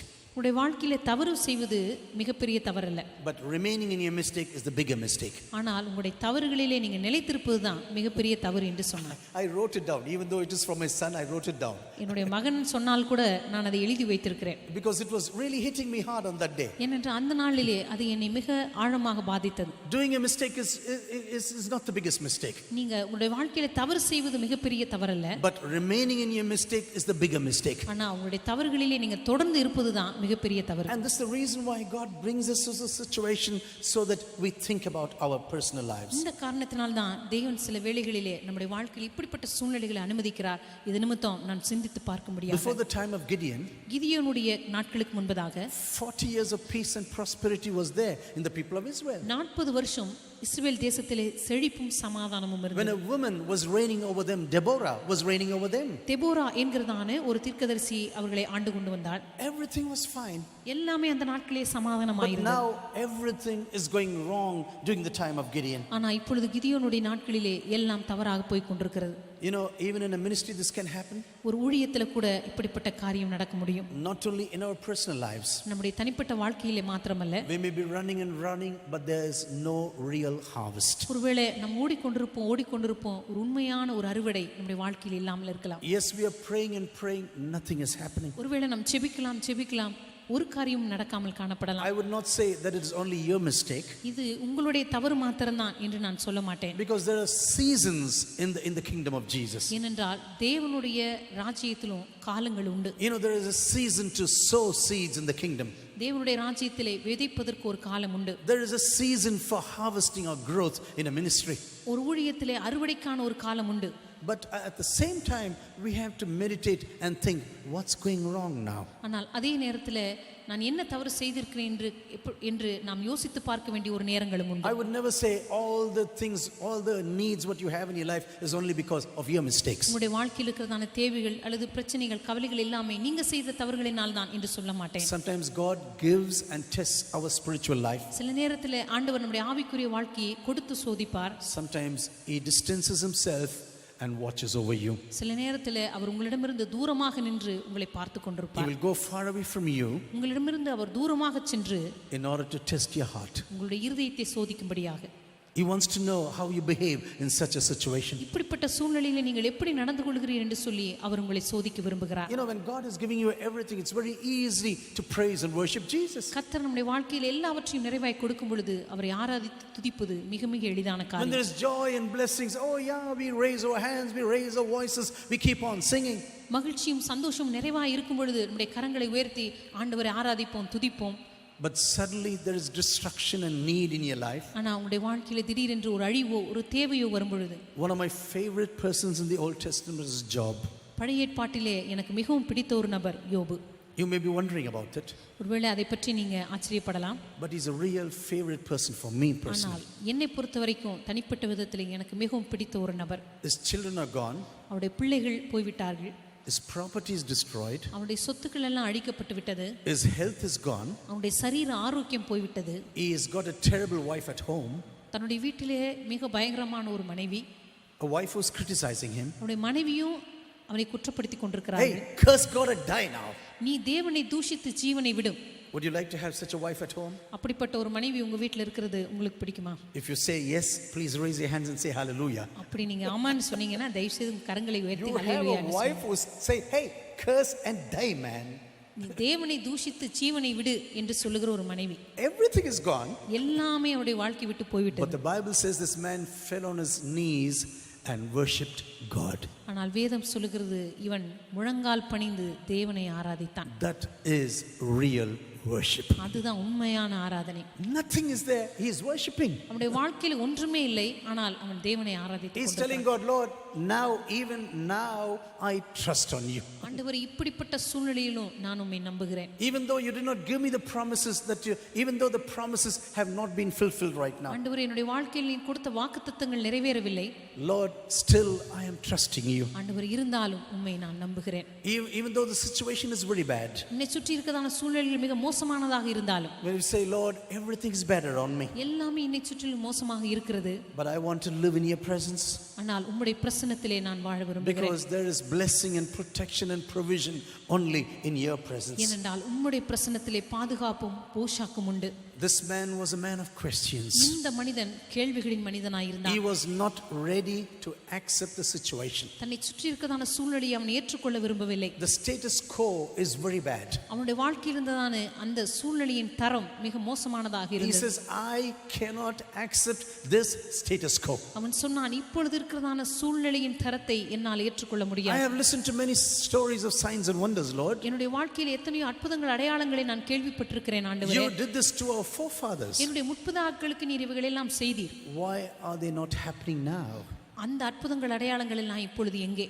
If you're going to be with us now, ஆண்டவரே, நீர் எங்களோடு கூட இருப்பீரானால் how are our enemies overcoming us? எங்களுடைய சத்துருக்கள் எப்படி எங்களை மேற்கொள்ளுகிறார்கள்? Why are these things happening in our personal lives? ஏன் எங்களுடைய தனிப்பட்ட வாழ்க்கையில் இப்படிப்பட்ட காரியங்கள் நடந்து கொண்டிருக்கின்றன? If you want a spiritual revival in your personal life, உங்களுடைய தனிப்பட்ட வாழ்க்கையில் ஒரு ஆவிக்குரிய எழுப்புதல் வேண்டும் என்று நீங்கள் if you நினைத்தால், want revival in your church this evening, உங்களுடைய சபையில் இந்த மாலை வேளையில் ஒரு எழுப்புதல் வேண்டும் என்று நீங்கள் நினைத்தால், these questions are going to be compulsory. இந்த கேள்விகள் உங்களுக்கு மிக மிக கட்டாயமாக கேட்கப்பட வேண்டிய Where you say, கேள்விகள். Lord, I cannot accept the situation. ஆண்டவரே, இந்த சூழ்நிலையை என்னால் ஏற்றுக்கொள்ள முடியாது. You know, sometimes people are like this. சில நேரங்களிலே ஜனங்கள் இப்படி இருப்பார்கள். The situation is like this, no one can do anything. சரி, சூழ்நிலை இப்படி இருக்கிறது, யாரும் ஒன்றும் செய்ய முடியாது. What can I do? No one can do anything, so let's go on. யாரும் ஒன்றும் செய்ய முடியாது, நானும் ஒன்றும் செய்ய முடியாது, But அப்படியே போகும். if you are interested in the church of Jesus, ஆனால் நீங்கள் இயேசுவின் சபையில ஆர்வமுள்ள நபராய் if இருப்பீர்களானால், you're going to be interested in your personal spiritual life, உங்களுடைய தனிப்பட்ட ஆவிக்குரிய வாழ்க்கையிலே நீங்கள் விருப்பமுள்ள நபராய் இருப்பீர்கள் என்று if you're சொன்னால், going to be concerned about your kids or children in your family, உங்களுடைய குடும்பங்களில் இருக்கிறதான பிள்ளைகளை குறித்து, குழந்தைகளை குறித்து நீங்கள் அக்கறை உள்ள நபராய் இருப்பீர்களானால், automatically you will have these questions in your heart immediately. உடனடியாக உங்களுடைய இருதயத்திலே இப்படிப்பட்ட கேள்விகள் எழ ஆரம்பிக்கும். Lord, I cannot accept the situation. ஆண்டவரே, இந்த சூழ்நிலையை என்னால் ஏற்றுக்கொள்ள முடியாது. I cannot accept the situation that is happening to my children right now. ஆண்டவரே, என்னுடைய பிள்ளைகளுடைய வாழ்க்கையில் நடக்கிறதான இந்த சூழ்நிலையை என்னால் ஏற்றுக்கொள்ள முடியாது. I cannot accept the destruction of a certain church. ஆண்டவரே, இந்த குறிப்பிட்ட சபையினுடைய அழிவை என்னால் ஏற்றுக்கொள்ள முடியாது. Lord, your kingdom is the same everywhere in every nation. ஆண்டவரே, உம்முடைய ராஜ்யமானது எல்லா இடத்திலும் எல்லா தேசங்களிலும் ஒன்றாய் இருக்கிறது. Wherever it may happen, அது எங்கே நடந்தாலும் it is totally affecting my heart. அது முற்றிலுமாக என்னுடைய இருதயத்தை பாதிக்கிறது. This man had a wonderful desire in his heart. இந்த மனிதனுக்கு தன்னுடைய இருதயத்தில் ஒரு அற்புதமான ஒரு விருப்பம் இருந்தது. Lord, I want to see those signs and miracles once again. அவன் சொன்னான், அந்த நாட்களில் நடந்த அற்புதங்கள் அடையாளங்களை நான் காண விரும்புகிறேன். If you are with me, why are these things happening right ஆண்டவரே, now? நீர் என்னோடு இருப்பீரானால் இந்த காரியங்கள் எல்லாம் ஏன் நேரிடுகிறது? But before Gideon can speak about his weaknesses, ஆனால் கிதியோன் தன்னுடைய எல்லா பலவீனங்களை குறித்து பேசுவதற்கு முன்பதாகவே, before he could speak about the background of his family, அவன் தன்னுடைய குடும்பத்தினுடைய பின்னணியை குறித்து பேசுவதற்கு முன்பதாகவே, before he could say, oh, my family is a very lowly family, என்னுடைய குடும்பமானது மிகவும் எளியது, you know, before he can tell everything, அவன் இந்த காரியங்கள் எல்லாம் சொல்வதற்கு முன்பதாகவே God speaks to him and says, you are a man of valor. கர்த்தர் அவனை பார்த்து சொன்னார், பராக்கிரமசாலியே, You are a mighty man of valor. நீ பராக்கிரமசாலியாய் இருக்கிறாய். I already know all of your weaknesses. உன்னுடைய எல்லா பலவீனங்களும் எனக்கு ஏற்கனவே தெரியும். I know everything what you have and you don't have. உன்னுடைய கரத்திலே எது இருக்கிறது எது இல்லை என்று எனக்கு ஏற்கனவே தெரியும். I am not demanding something very big from you. உன்னிடத்திலிருந்து ஏதோ பெரிய காரியத்தை நான் நிபந்தனையாக I am கேட்கவில்லை. demanding that you go in the strength you have. நான் சொல்லுகிறது, உனக்கு இருக்கிற பலத்தோடு போ. You have a certain strength and I want you to walk in that strength. உனக்குள்ளே ஒரு குறிப்பிட்ட பலம் கொடுக்கப்பட்டிருக்கிறது, அந்த பலத்தோட நீ போக வேண்டும் என்று சொல்லுகிறேன். I know your weaknesses, I know your strength. உன்னுடைய பலம் எனக்கு தெரியும், உன்னுடைய பலவீனம் எனக்கு தெரியும். When you sit in the presence of God this evening, நீங்கள் தேவ பிரசன்னத்தில் இந்த மாலை வேளையில் அமர்ந்திருக்கும் பொழுது, do you know that God knows all of your weaknesses but also all of your strengths? உங்களுடைய எல்லா பலமும் பலவீனமும் தேவனுக்கு தெரியும் என்று உங்களுக்கு தெரியுமா? God is not going to expect things that you cannot do. உங்களால செய்ய முடியாத ஒரு காரியத்தை தேவன் உங்களிடமிருந்து எதிர்பார்க்க மாட்டார். One of the biggest mistakes we do in ministry, ஊழியத்தில் நாம் செய்கிற மிகப்பெரிய தவறு, we would like to copy someone and we would like to be like that person. யாரோ ஒரு நபரை பார்த்து அவரை போலவே நாமும் இருக்க வேண்டும் என்று விரும்புவதுதான். Oh, he is singing well, so I have to sing like that. அவர் நல்லா பாடுகிறார், அவரை போல நானும் பாட வேண்டும். I will sing the same song. அதே பாட்டை நானும் And பாடுவேன். only then the anointing will come. அப்பொழுதுதான் அபிஷேகம் வரும். And you sing the same song, நீங்க அதே பாட்டை பாடுவீர்கள், nothing is happening. ஒன்று நடக்காது. People are yawning and sitting in front of you. ஜனங்கள் உங்களுக்கு முன்பாக கொட்டாவி போட்டுக்கொண்டு உட்கார்ந்து கொண்டிருப்பார்கள். You are preaching the same word. நீங்க அதே வார்த்தை பிரசங்கிப்பீர்கள், Nothing is happening. ஒன்றுமே நடக்காது. Never be a copy in the kingdom of Jesus. தேவனுடைய ராஜ்யத்தில் ஒருபோதும் இன்னொருவர் போல ஆக முயற்சிக்காதீர்கள். There is a strength that God has given you. கர்த்தர் உங்களுக்கு கொடுத்த ஒரு பலம் இருக்கும். And you go in the strength that God has given you. கர்த்தர் உங்களுக்கு கொடுத்திருக்கிற பலத்தோடு கூட நீங்க போக வேண்டும். And very, very important what I have found out in ministry. ஊழியத்திலே நான் கண்டுபிடித்த மிக முக்கியமான ஒரு காரியம், The motivation of your heart is very, very important. உங்களுடைய இருதயத்தினுடைய நோக்கம் மிக மிக முக்கியமானது. One day I had a severe problem some years ago, maybe 35 years now. ஒருவேளை 35 வருடங்களுக்கு முன்பதாக என்னுடைய வாழ்க்கையில சில பிரச்சனைகளை வழியாக நான் சந்தித்துக் கொண்டிருந்தேன். Whether I should do that ministry or not. அந்த ஊழியத்தை செய்ய வேண்டுமா அல்லது வேண்டாமா I had an invitation already. எனக்கு ஏற்கனவே ஒரு அழைப்புதல் கொடுக்கப்பட்டிருந்தது. Whether I should do this or not, I was thinking. நான் இதை செய்ய வேண்டுமா ரத்து செய்ய வேண்டுமா என்று சிந்தித்துக் And then I கொண்டிருந்தேன். went to my leader and said, Steve, please tell me, help me in this situation. அதற்கு பிற்பாடு என்னுடைய தலைவனை சந்தித்து இதை குறித்து பேசினேன். தயவு செய்து ஒரு ஆலோசனை கொடுங்கள். You know what he told me? அவர் என்ன சொன்னார் தெரியுமா? Gideon, as long as the motivation of your heart is right before God, உன்னுடைய இருதயத்தின் உள்நோக்கம் தேவனுக்கு முன்பாக எவ்வளவு சரியாக இருக்கிறதோ, just go and do it. அதை நீ போய் செய்யலாம். If it is wrong, God will correct you. நீ அப்படியே தவறு செய்தால் கூட கர்த்தர் உன்னை திருத்துவார். But if the motivation of your heart is wrong, never do it. ஆனா உன்னுடைய இருதயத்தினுடைய உள்நோக்கம் தவறாக இருக்கும் என்று சொன்னால் தயவு செய்து செய்யாதே. This is what Apostle Paul did. இதைத்தான் அப்போஸ்தலனாகிய பவுலும் செய்தார். He wants to go to Turkey. அவர் துருக்கிக்கு போக வேண்டும் என்று நினைத்தார். But he has a vision now. ஆனால் அவருக்கு ஒரு தரிசனம் உண்டானது. Come over and help us now. நீங்கள் வந்து எங்களுக்கு உதவி செய்ய வேண்டும். God is changing the entire direction. கர்த்தர் அப்போஸ்தலனாகிய பவுலுடைய முழு பிரயாணத்தினுடைய வழியையும் அந்த நாளிலே God மாற்றினார். says, don't travel right now in this direction. இப்பொழுது இந்த திசையின் வழியாக பிரயாணம் No, செய்யாதே. come over and help us right now. நீங்கள் வந்து எங்களுக்கு உதவி செய்ய வேண்டும் என்கிற ஒரு தரிசனத்தை கொடுத்தார். You know, you can never manage a car that is standing still. நின்று கொண்டிருக்கிற ஒரு காரை ஒருபோதும் உங்களால் வளைக்க முடியாது. You know, children do this when a car is standing still. ஒரு கார் நகராமல் நின்று கொண்டிருக்கும் பொழுது And they will be trying to steer. அந்த காரை வளைக்க முயற்சிப்பார்கள். But nothing is happening. ஆனால் அங்கே ஒன்றும் நடக்காது. Some Christians are like this. சில கிறிஸ்தவர்கள் இப்படி இருப்பார்கள். Everything is still. எல்லாமே அங்கே நகராமல் நின்று And கொண்டிருக்கும். they want to steer everything in the kingdom. ஆனால் அவர்கள் ஆண்டவருடைய ராஜ்யத்திலே அங்கும் இங்கும் செல்ல வேண்டும் என்று வளைத்துக் கொண்டிருப்பார்கள். Very soon you will have the steering wheel in your hands. சீக்கிரமாக அந்த ஸ்டீரிங் வீல் உங்கள் கையோடு கூட வந்துவிடும். Because the car is not moving. ஏனென்றால் car நகரவில்லை. You know, some people are like this, very, very clever. சில ஜனங்கள் மிகவும் புத்திசாலிகளாக இருப்பார்கள். Pastor, you know why I am not coming? Pastor, நான் ஏன் வரவில்லை தெரியுமா? God must call me personally. கர்த்தர் தனிப்பட்ட விதத்தில் என்னை இன்னும் அழைக்கவில்லை. Only then I can come. அதுக்கப்புறம் தான் நான் வருவேன். I know many colleges and schools are closed now. இப்பொழுது அநேக கல்லூரிகள் பல்கலைக்கழகங்கள் மூடப்பட்டிருக்கின்றன எனக்கு தெரியும். Tomorrow if you see a news in the newspaper, ஒருவேளை நாளைக்கு செய்தித்தாளில் இப்படி ஒரு செய்தி வருகிறது என்று வைத்துக்கொள்வோம். From the 1st of February all schools and colleges are going to be opened. பிப்ரவரி 1ஆம் தேதியிலிருந்து எல்லா பல்கலைக்கழகங்களும் கல்லூரிகளும் திறக்கப்படும் என்று ஒரு செய்தியை வாசிக்கிறீர்கள் என்று வைத்துக்கொள்வோம். You will not say no, I am not going. உடனே நீங்க இப்படி சொல்லுவீங்களா? இல்ல நான் போக மாட்டேன். I need a personal invitation. எனக்கு தனிப்பட்ட ஒரு அழைப்பு வரட்டும். Only then I will go. அதுக்கப்புறம் தான் நான் போவேன். 31st of January in the middle of the night you will go run to your college. ஜனவரி 31ஆம் தேதியே நிச்சயமாக நீங்க உங்க கல்லூரிக்கு போய் நின்று விடுவீர்கள். You will go and sleep there till from morning 6 o'clock and try to get into the college. காலை 6 மணிக்கு வரைக்கும் எப்படியாவது அங்கேயே படுத்திருந்து முதல் ஆளாக உள்ளே நுழைந்து விட வேண்டும் என்று நினைப்பீர்கள். God says go into all the world and preach the gospel. கர்த்தர் சொன்னார் உலகமெங்கிலும் சென்று சுவிசேஷத்தை பிரசங்கி. If God is going to give you a personal invitation, கர்த்தர் உங்களுக்கு என்று ஒரு தனிப்பட்ட அழைப்பு கொடுக்க வேண்டும் என்றால் it will still come. அது இன்னும் வரும், கண்டிப்பாக வரும். You know what I have done in my life till now? என்னுடைய வாழ்க்கையில் இதுவரைக்கும் நான் செய்த காரியங்கள் என்ன தெரியுமா? Whichever doors God opened, I walked in. கர்த்தர் எந்த கதவுகள் எல்லாம் திறந்தாரோ அந்த கதவு வழியாய் நான் சென்றேன். I never kicked open even a single door. எந்த கதவையும் நானாக போய் உதைத்து திறந்ததில்லை. I will never tell to anyone I want to come to America, for example. எந்த இடத்துக்கும் போய் அல்லது உதாரணமாக அமெரிக்காவிற்கு நான் வருகிறேன் என்று சொன்னதில்லை. I will never say I want to come to Malaysia. நான் மலேசியாவுக்கு வருகிறேன் என்று சொன்னதில்லை. You know, once one person asked me like this. ஒருமுறை ஒருவர் என்னை பார்த்து இப்படி கேட்டார். Hey, you travel to so many countries. அவர் சொன்னார், எத்தனையோ தேசங்களுக்கு நீ பிரயாணம் பண்ணியிருக்கிறாய். But you have never gone to Malaysia. ஆனா மலேசியாவுக்கு நீங்க போனதே இல்லை. That is 20 years ago I'm talking about. சொல்வது 20 வருடங்களுக்கு முன்பதாக. Yes, I said I've never gone, but I don't bother about it. நான் சொன்னேன், ஆம் நான் சென்றதில்லை, ஆனா அதை குறித்து நான் கவலைப்படவில்லை. I want God to open the window, the door. கர்த்தர் எனக்கென்று ஒரு கதவை திறக்க வேண்டும் என்று காத்துக் கொண்டிருக்கிறேன். And suddenly one day I got an invitation to speak in a Bible college for 2 weeks in Singapore. ஒரு நாள் திடீரென்று சிங்கப்பூரில் இருக்கிறதான ஒரு வேதாகம கல்லூரியிலே 2 வாரத்துக்கு போதிக்கும்படியாக எனக்கு ஒரு அழைப்புதல் வந்தது. I was there to speak about the minor prophets of the Bible.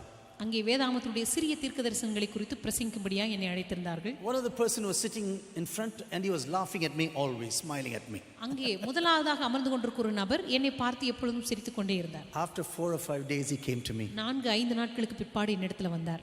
I am the president of the Pastors Association in Malaysia. அவர் சொன்னார், மலேசியாவில் இருக்கிறதான போதகர்களுடைய ஐக்கியத்தினுடைய தலைவராக நான் இருக்கிறேன். Will you please come to Malaysia to preach the word of God? தயவு செய்து தேவனுடைய வார்த்தை பிரசங்கிக்கும்படியாக மலேசியாவுக்கு வருவீர்களா என்று என்னை கேட்டார். Maybe I waited 20 years. ஒருவேளை 20 வருடங்கள் நான் காத்திருந்தேன். That's okay.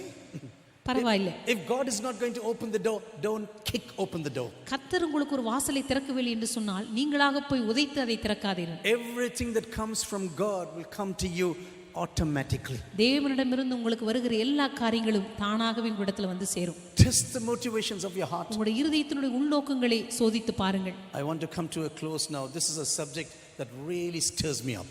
இந்த காரியம் உண்மையாகவே என்னை எழுப்புகிறதான ஒரு காரியமாய் காணப்படுகிறது. So I just need to come and discipline myself and come to an end now. இப்பொழுது சரியான ஒரு இடத்துக்கு என்னை அமைதிப்படுத்தி நான் வர விரும்புகிறேன். You know what God said to Gideon now? கர்த்தர் கிதியோனை பார்த்து என்ன சொன்னார் தெரியுமா? Hey, first of all, you know I am coming along with you. கர்த்தர் சொன்னார், நான் உன்னோடு கூட வருவேன். Don't speak about your background, don't speak about everything what you don't have. உன்னுடைய பின்னணியத்தை குறித்தோ அல்லது உன்னிடத்தில் இல்லாத காரியங்களை குறித்தோ நீ பேச வேண்டாம். When I am with you, what do you need?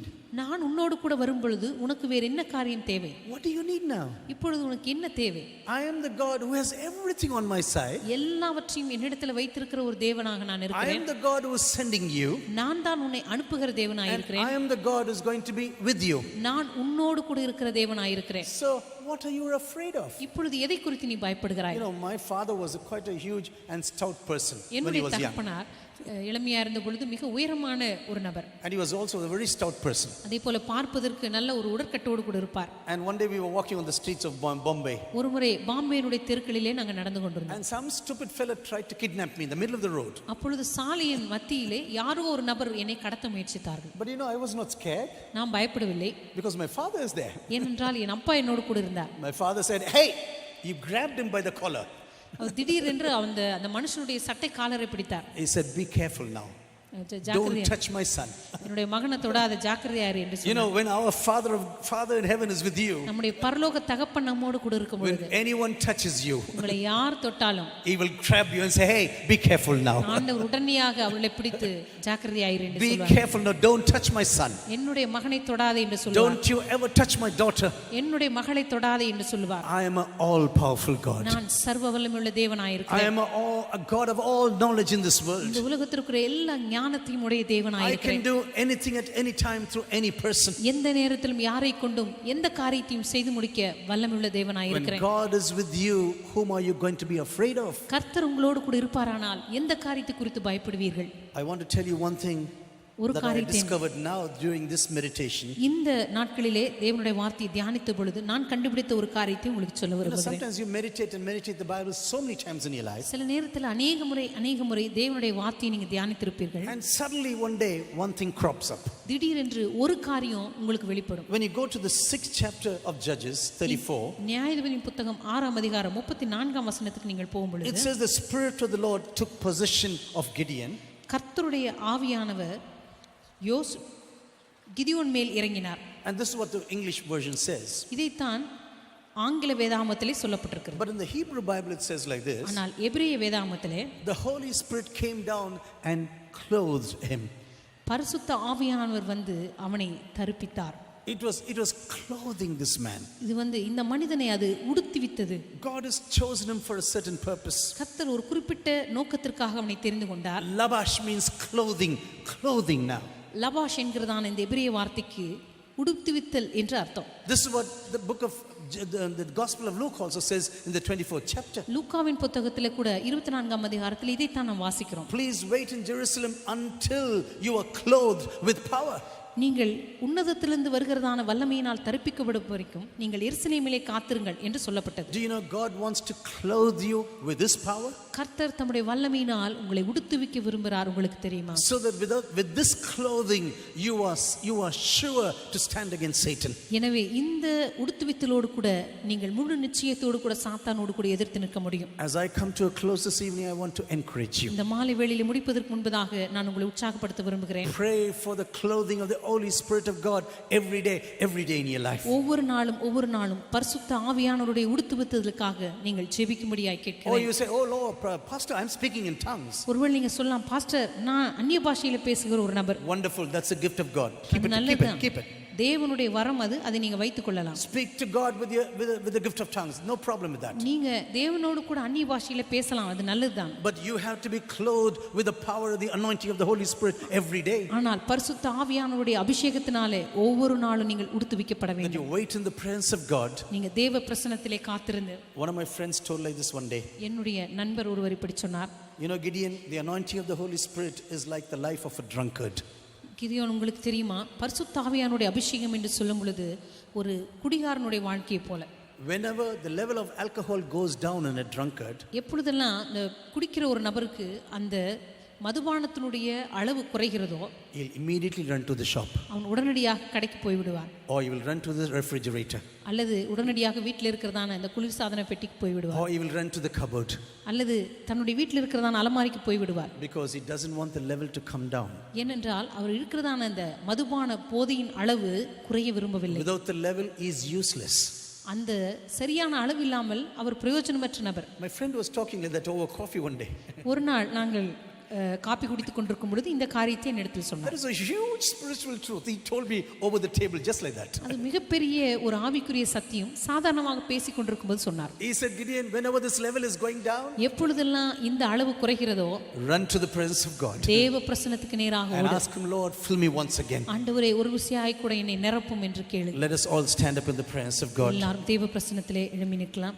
And as we go away from this place this evening, இந்த மாலை வேளையிலே தேவ பிரசன்னத்திலிருந்து நாம் கடந்து செல்வதற்கு முன்பதாக say, Lord, I have come to your presence once again. ஆண்டவரே உம்முடைய பிரசன்னத்துக்கு நேராக ஒரு முறை கூட நான் கடந்து வந்திருக்கிறேன். You know, everything that is happening around me right now, என்னை சுற்றி நடந்து கொண்டிருக்கிறதான எல்லா காரியங்களின் மத்தியிலே God says to you, you're a man of valor, you're a woman of valor. பராக்கிரமசாலியே அல்லது பராக்கிரமசாலியாய் இருக்கிற பெண்ணே என்று சொல்லி கர்த்தர் நம்மை பார்த்து Yes, சொல்கிறார். I know your weaknesses. ஆம், உன்னுடைய பலவீனங்கள் எனக்கு தெரியும். I know what you really want. உன்னுடைய வாழ்க்கையில் உண்மையாக உனக்கு என்ன தேவை என்று எனக்கு But தெரியும். still, I am the one who is sending you. இருந்தாலும் உன்னை அனுப்புகிறவர் நான். And not only I'm going to send you and stay back. நான் உன்னை அனுப்பிவிட்டு பின்னால் தங்கி விடுகிற நபர் அல்ல. No, I am going to be with you. நான் உன்னோடு கூட வருவேன். I am going to be with you and I will keep on carrying you. நான் உன்னோடு கூட இருப்பேன், உன்னை தொடர்ந்து சுமந்து செல்வேன். No one is going to stand before you all the days of your life. உன்னுடைய எல்லா வாழ்நாட்களிலும் ஒருவனும் உனக்கு முன்பாக எதிர்த்து I நிற்பதில்லை. have engraved you in the palms of my hand. உன்னை என்னுடைய உள்ளங்கைகளிலே வரைந்து வைத்திருக்கிறேன். I have trained your fingers for battle. உன்னுடைய விரல்களை யுத்தத்துக்கு பழக்குவித்திருக்கிறேன். And I want to use you mightily in my kingdom. என்னுடைய ராஜ்யத்திலே உன்னை வல்லமையாக பயன்படுத்த விரும்புகிறேன். Let every hands be raised in the presence of God this evening. தேவ பிரசன்னத்திலே எல்லாரும் நம்முடைய கரங்களை That is, உயர்த்துவதாக. Lord, fill me once again with your power. ஆண்டவரே ஒரு விசையாய் கூட உன்னுடைய பரிசுத்த ஆவியின் வல்லமையினாலே என்னை நிரப்பும். Clothe me with the power of the Holy Spirit. ஆண்டவரே பரிசுத்த ஆவியின் வல்லமையினாலே ஒரு விசையாய் கூட என்னை உடுத்துவே. Lord, I need your power to be useful in your kingdom. ஆண்டவரே நம்முடைய ராஜ்யத்திலே நான் பிரயோஜனமுள்ள நபராய் இருக்கும்படி. Lord, I don't want to be afraid of the enemies around me. ஆண்டவரே என்னை சுற்றி இருக்கிறதான எதிராளிகளை கண்டு நான் பயப்படாதபடி.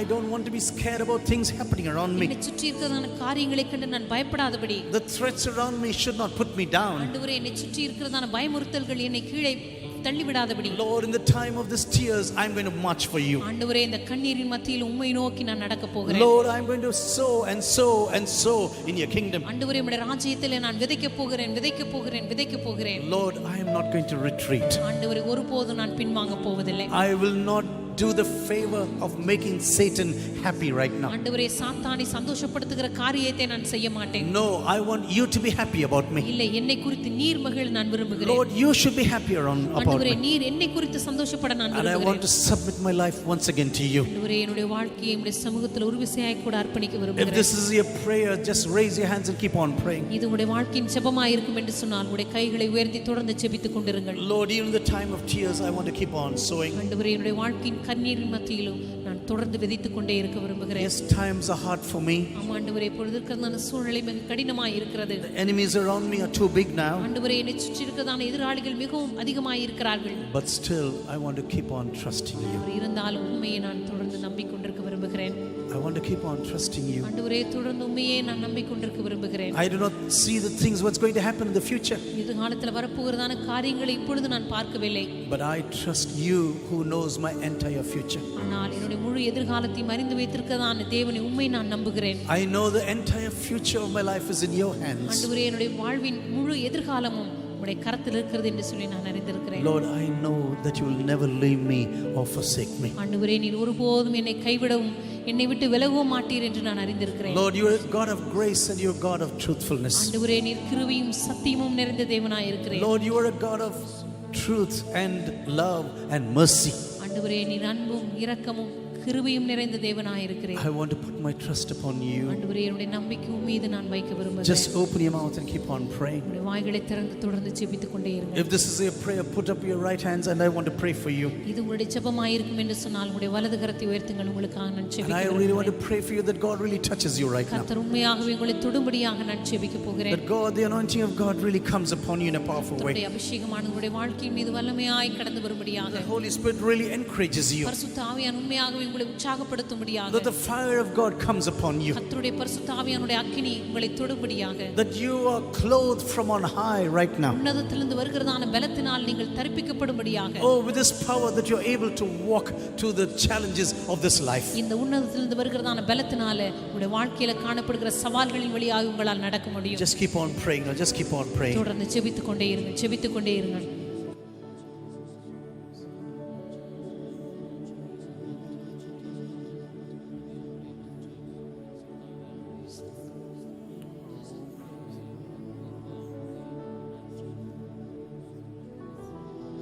Just keep on praying.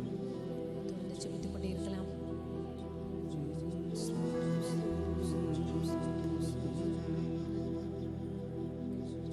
அன்பு தந்தையே என் நிறைவா அனுதினம் போற்றுகிறே.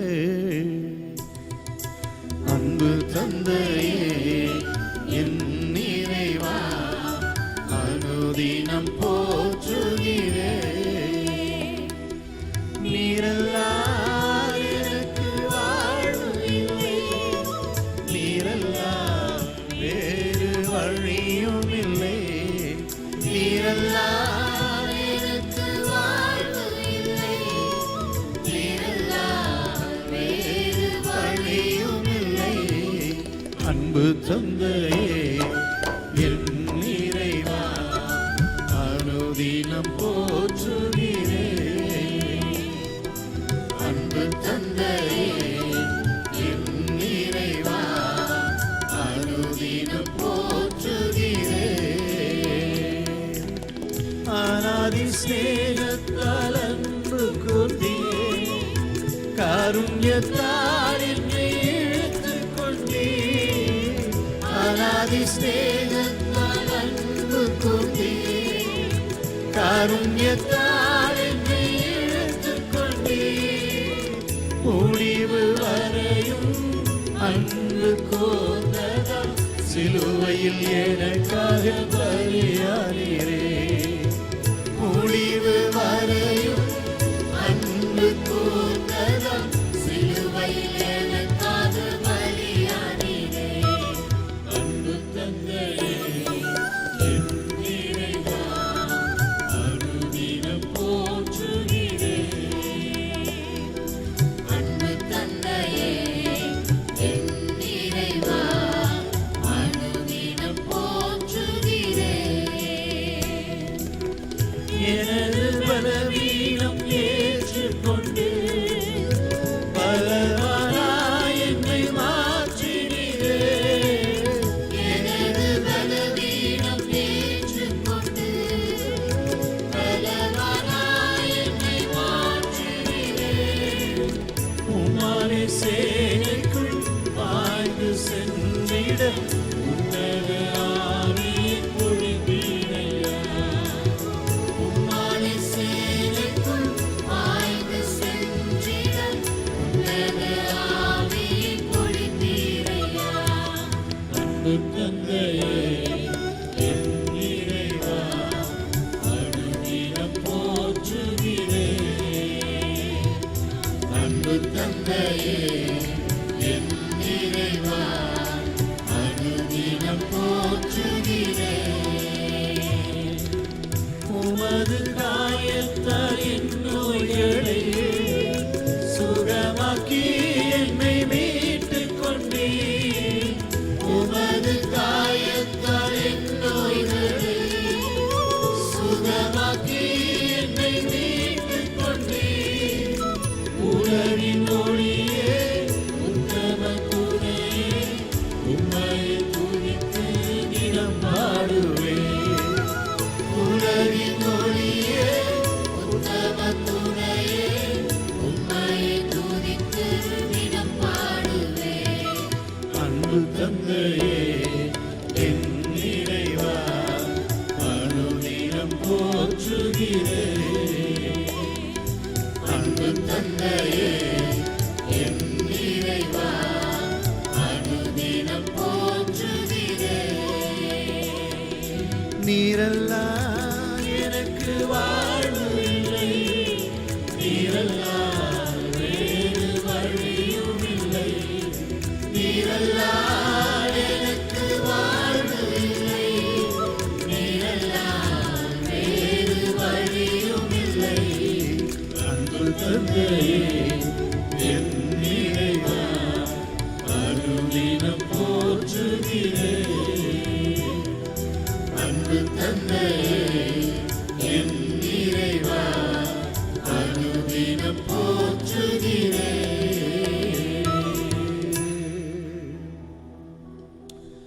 Lord, I come to your presence for everyone was going through challenging situations.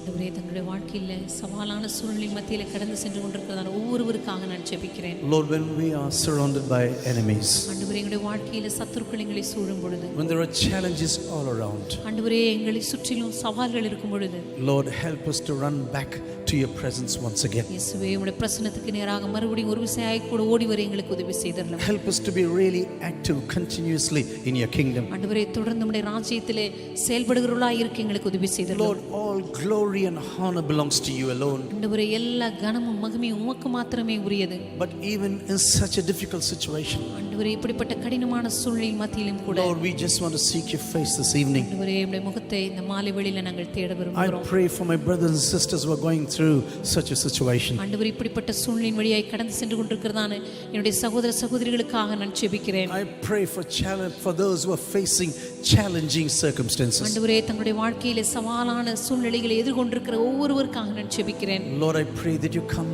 down into the lives this evening. ஆண்டவரே நீர் தான் நம்முடைய வாழ்க்கையில் இந்த மாலை வேளையிலே இறங்கி வரும்படியாய் நான் ஜெபிக்கிறேன். Let the powerful word of God come into the lives this evening. ஆண்டவரே கர்த்தருடைய வல்லமையான வார்த்தையானது அவருடைய வாழ்க்கைக்கு நேராக இந்த மாலை வேளையிலே இறங்கி வரும்படியாய் நான் ஜெபிக்கிறேன். I am the one who is sending you. நானே உன்னை அனுப்புகிறேன்.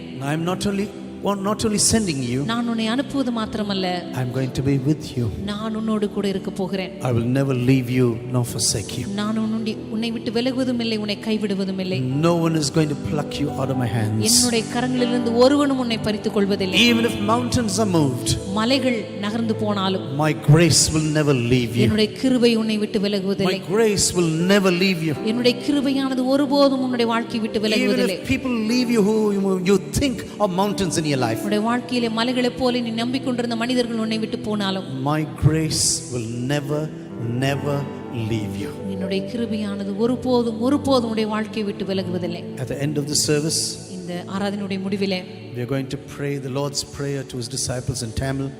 இயேசு கிறிஸ்து தன்னுடைய சீடர்களுக்கு கற்றுக் கொடுத்ததான ஜெபத்தை தமிழிலே நாம் சொல்ல போகிறோம். Of course, if you know the other languages in other countries, please pray in other languages. மற்ற தேசங்களில் இருக்கிறவர்கள் ஒருவேளை உங்களுக்கு மற்ற மொழிகளிலே நீங்க ஜெபிப்பீர் என்று சொன்னால் ஜெபிக்கலாம். பரமண்டங்களில் இருக்கிற எங்கள் பிதாவே, உம்முடைய நாமம் பரிசுத்தப்படுவதாக, உம்முடைய ராஜ்யம் வருவதாக, உம்முடைய சித்தம் பரமண்டத்திலே செய்யப்படுவது போல பூமியிலேயும் செய்யப்படுவதாக. எங்களுக்கு வேண்டிய ஆகாரத்தை இன்று எங்களுக்கு தாரும். எங்கள் கடனாளிகளுக்கு நாங்கள் மன்னிக்கிறது போல எங்கள் கடன்களை எங்களுக்கு மன்னியும். எங்களை சோதனைக்குட்பட பண்ணாமல் தீமையின்றி எங்களை ரட்சித்துக் கொள்ளும். ராஜ்யமும் வல்லமையும் மகிமையும் என்றென்றைக்கும் உம்முடையவைகளே. Now to him who is able to keep you from falling வலுவாதபடி உங்களை காக்கவும் and to present you without blemish before the presence of his glory with rejoicing. தமது மகிமையுள்ள சன்னிதானத்திலே மிகுந்த மகிழ்ச்சியோடு உங்களை மாசற்றவர்களாய் நிறுத்தவும். To the only God, our Savior, through Jesus Christ our Lord, வல்லமை உள்ளவரும் தாம் ஒருவரே ஞானமுள்ளவருமாகிய நம்முடைய இரட்சகராகிய தேவனுக்கு be glory, majesty, dominion and authority கனமும் மகத்துவமும் வல்லமையும் அதிகாரமும் before all time and now and forever. இப்பொழுதும் எப்பொழுதும் உண்டாவதாக. Amen. அதிசயமாய் தாங்கும் தேவ பிரசன்னம் என்ன நடந்தால் எதிர்கொள்ளுவோம்.